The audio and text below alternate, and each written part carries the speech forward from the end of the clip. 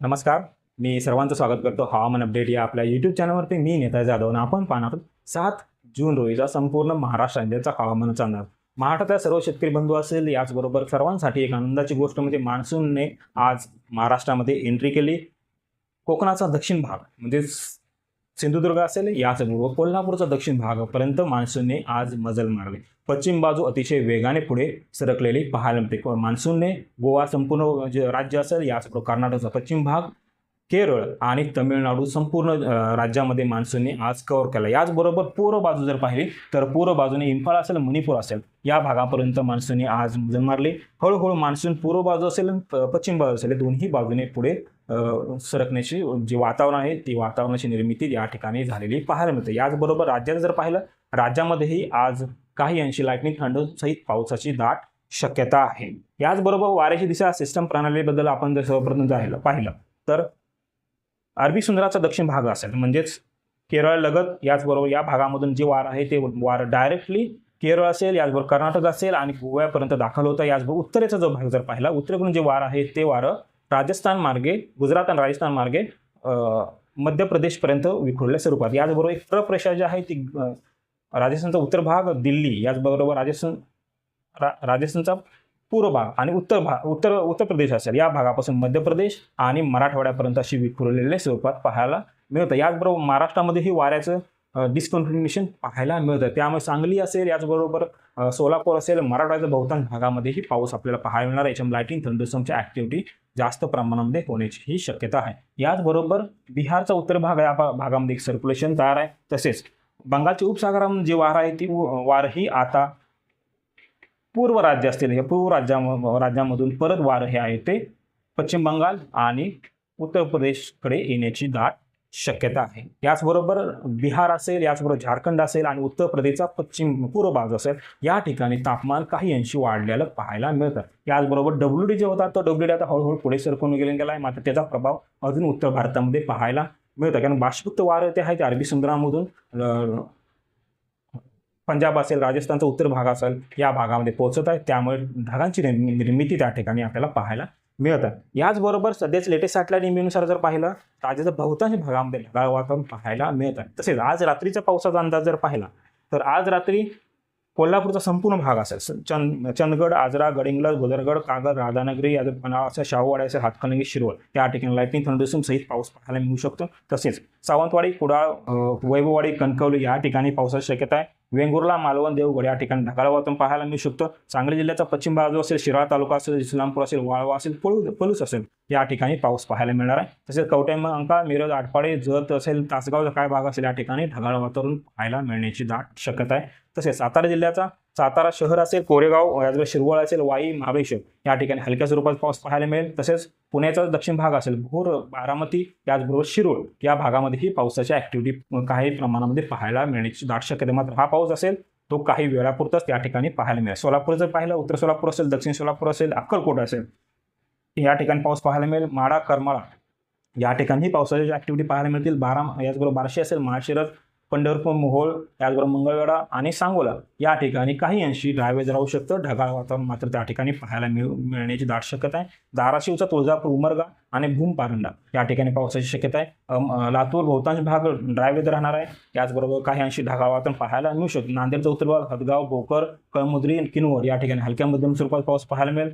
हिंगोली, बसमत, याचबरोबर कळमुद्री, तसेच परभणीचा जिंतूर असेल, या ठिकाणी हलक्या स्वरूपात पाऊस पाहायला मिळेल. तसेच जालना आणि छत्रपती संभाजीनगरचा सीमावर्ती भाग असेल, पैठण, अंबड, औरंगाबाद आणि जालना या ठिकाणी हलक्या स्वरूपात पाऊस पाहायला मिळेल. हा पाऊस जास्त सार्वत्रिक नसेल, मात्र काही वेळेपुरता काही मर्यादित ठिकाणच पाऊस पाहायला मिळणार आहे. याचबरोबर विदर्भाचा जर पाहिला, विदर्भाचा बुलढाण्याचा उत्तर भाग, मलकापूर, नंदुरा, जळगाव, अहमद, संग्रामपूर आणि जळगावचा पश्चिम भाग असेल, पूर्व बाजू असेल, याच्यामध्ये रावेर असेल, आदिलाबाद असेल, भुसावळ असेल, पारनेरचा काय भाग असेल, या ठिकाणी हलक्या स्वरूपात पाऊस पाहायला मिळण्याची शक्यता आहे. वाशिम जिल्ह्याचा मांगतुर, कारंजा, यवतमाळ, बाबुळगाव, तसे राळेगाव, चंद्रपूरचा भद्रावती, वरोरा, चंद्रपूर, आर्वी, सेतू आणि वर्धाचा हिंगणघाट हा जो पट्टा असेल, या ठिकाणी पावसाच्या काही प्रमाणामध्ये ॲक्टिव्हिटी पाहायला मिळणार. याचबरोबर येणाऱ्या 24 तासाचा राज्याचा पावसाचा विचार केला तर येणाऱ्या 24 तासात बहुतांश भागात आपल्या ढगाळ वातावरण व तुरळक स्वरूपात पाऊस पाहायला मिळेल.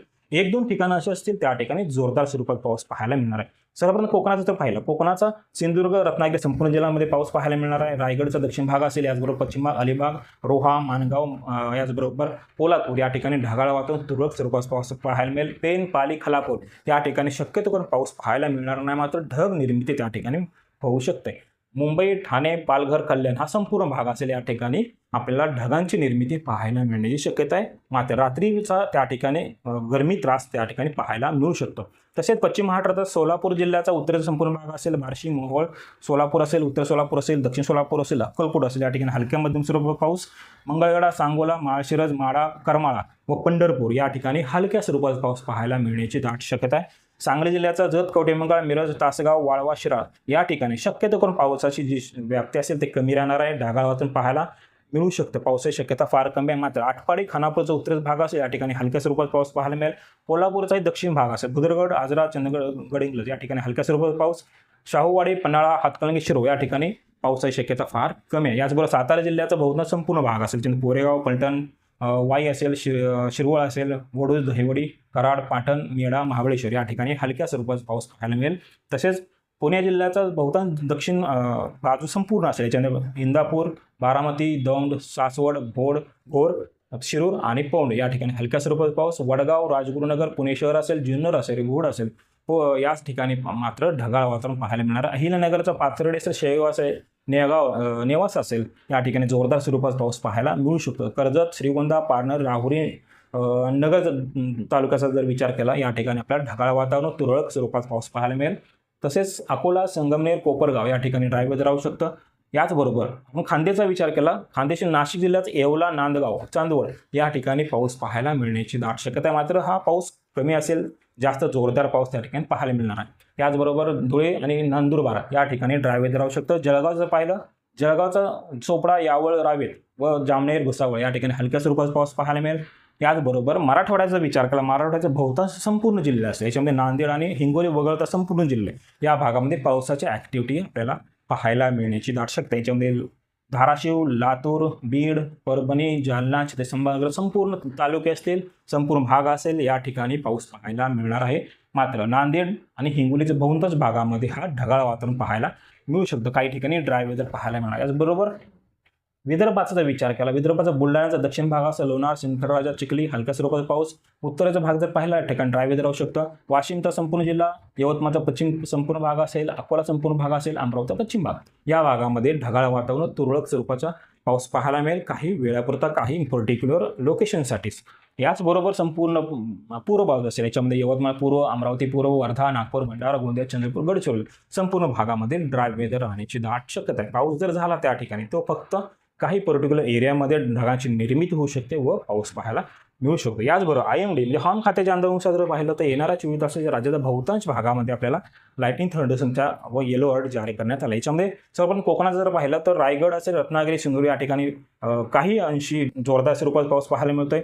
तसेच कोल्हापूर, सांगली, सातारा, पुणे, अहिल्यानगर, नाशिक असेल, बीड, सोलापूर, धाराशिव, धाराशिव, याचबरोबर लातूर असेल, याचबरोबर परभणी आणि संपूर्ण विदर्भ या भागामध्ये लाइटनिंग थंडरचा येलो अलर्ट जारी करण्यात आला आहे. नांदेड, हिंगोली, जालना, छत्रपती आणि जळगाव व ठाणे, पालघर आणि मुंबई शहर या ठिकाणी ही लाइटनिंग थंडरचा त्या अलर्ट त्या ठिकाणी देण्यात आला. मात्र या जिल्ह्यामध्ये शक्यता फार कमी आहे. त्याचबरोबर धुळे आणि नंदुरबार या ठिकाणी IMDने कोणताही अलर्ट त्या ठिकाणी दिलेला नाही.